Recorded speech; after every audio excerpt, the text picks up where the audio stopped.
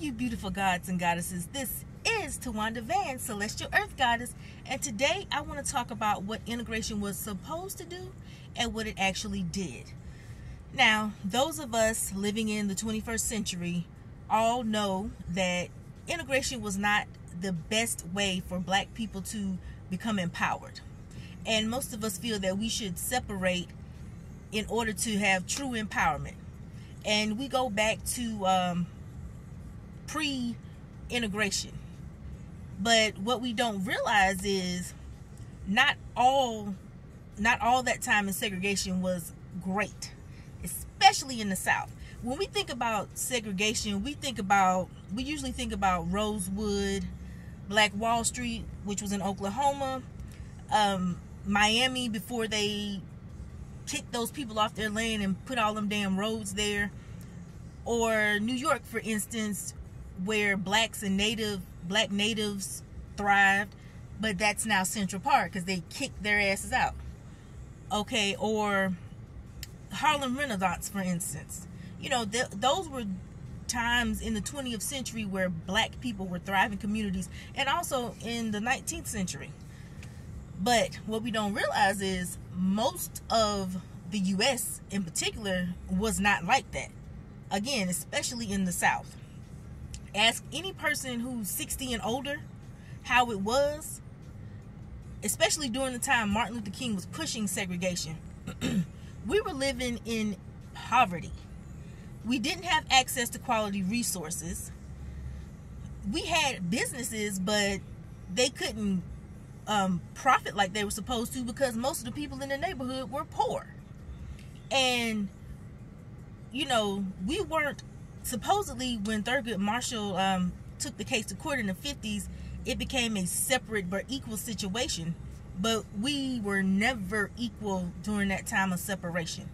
From the 30s to, I'd say, maybe during the 50s or early 60s, it was a lot of poverty going on throughout the U.S. and other places in the world, but we're going to focus on the U.S.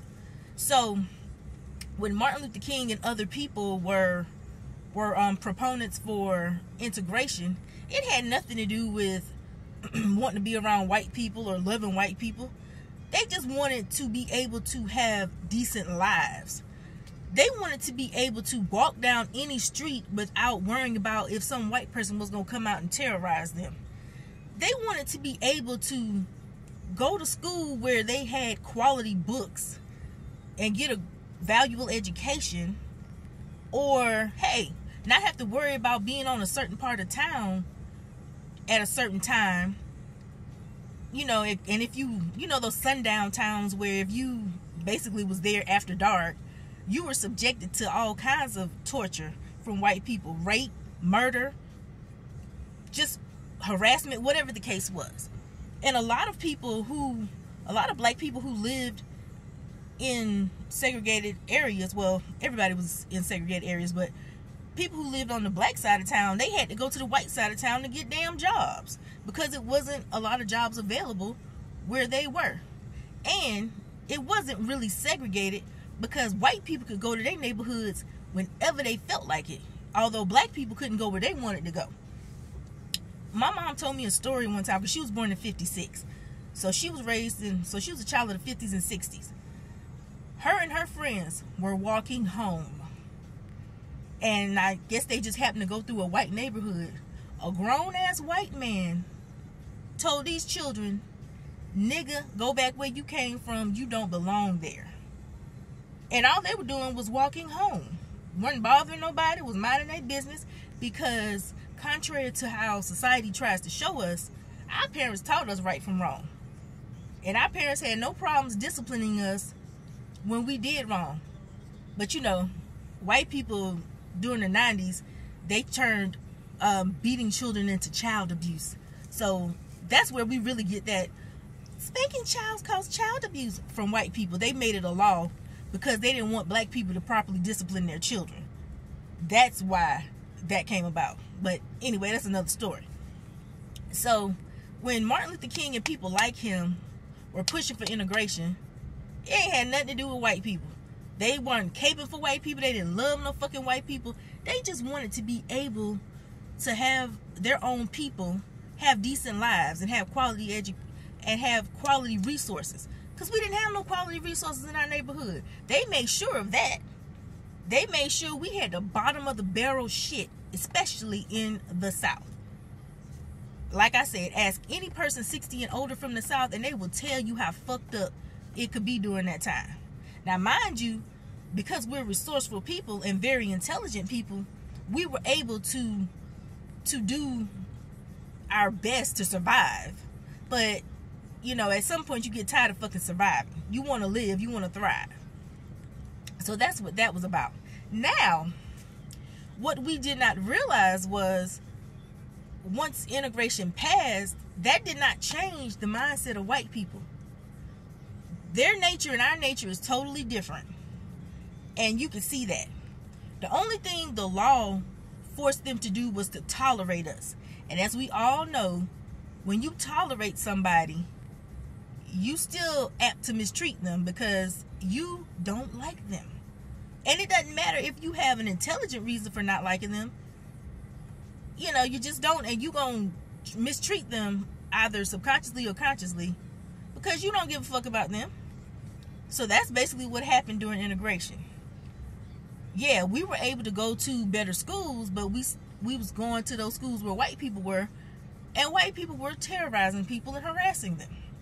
Some of them abide by the law, a lot of them did not, and some of them, and those that did abide by the law, some did it willingly, and some did it with the force of hand. So that's where all the problem came from. Now, of course, now when we speak up about white supremacy, racism, what the fuck ever, all them isms, sexism, colorism, homophobia, anything that shows hatred towards people, you know, the first thing that they try to do is they bring up Martin Luther King's name and say, well, he wanted peace. He wanted all of us to get along. You're just perpetuating racism. Blah, blah, blah. Bullshit. They hated Martin Luther King. They wanted to kill him just as much as they wanted to kill Malcolm X. The only difference between Malcolm X and Martin Luther King is their methods, but their goal was the same. Some people, and because of integration and how white people try to act like they love Martin Luther King so much, it seems like we hate him because of that. But we forget that this man was willing and did die to make us free, and they don't ever talk about the fact that he realized integration was not the best thing for us, you know. So it ends up making us want to hate Martin Luther King because they try to glorify him, but they not really glorifying him. They just try to use him as a way to try to make us not want to speak up about the ugly truth that they've been perpetuating around the world. It's just what it is what it is, you know. You ain't got to like it, but hey, get mad at your ancestors. Don't get mad at us. Because just like Martin Luther King wasn't perfect, neither was Malcolm X. Hell, Malcolm X was a criminal before he became the leader he is. So none of them were perfect. And even Malcolm X at some point kind of got a more peaceful ideology than he did beforehand. But it's a moot point. The fact of the matter is, we need to just learn from our ancestors and our elders' mistakes rather than demonize them or try to call them names because white people now want to all of a sudden say Martin Luther King was this wonderful guy, blah blah blah. It's a setup. Don't fall for the okie doke. Okay, bottom line, we know integration don't work because we still going through bullshit that our forefathers went through less than 50, 60 years ago. The shit that millennials are going through, I didn't necessarily go through. So it was kind of like during that's why I would say, well, we're the babies of Generation X, people that are in their early 40s to late 30s. So a lot of us, even though we knew about racism, you know, and there was some subtle racism going on, even in the South, at least where I'm from, Columbia, South Carolina. I can't really speak for all parts of the South. But we went through subtle racism, but we didn't go through the shit that Trayvon Martin and Tamir Rice, you know, these kids got killed for nothing. And Zimmerman is walking free because of white jury. For some reason, they couldn't understand how he was a murderer. He fucking killed that kid. Anyway, I end up going off in a tangent about that bullshit. But, you know, the things that we're going through in the 21st century, we didn't necessarily go through in the latter part of the 20th century. It seemed like things were getting better. Of course, racism was there, sexism was there, but it seemed to be going more in a more progressive way, where people were starting to actually respect each other. Then somewhere in the 2000s, shit just seemed to go backwards. So what some of y'all are going through, say baby boomers went through, or older Generation Xers had to go through. Those of us that were born in the 70s, preferably the late 70s to early 80s, didn't necessarily have to deal with that shit. But now it's starting to be like, oh fuck, like what the hell happened? So trust me, so if some people seem like they, you know, they are cooning or can't grasp it, it's because we grew up totally different than y'all. So, you know, we now just have to come to the conclusion that it's fucked up. It became more blatant. I don't know if white people the racism just got more bolder because Obama became president, or what. I don't know if that was a fucking trigger or what. Because as we know, they didn't respect his ass at all. He probably is going to be known as the most disrespected president around. I don't give a fuck how you feel about him, but the bottom line is, that's true. And, you know, we could talk about how he really wasn't for black people.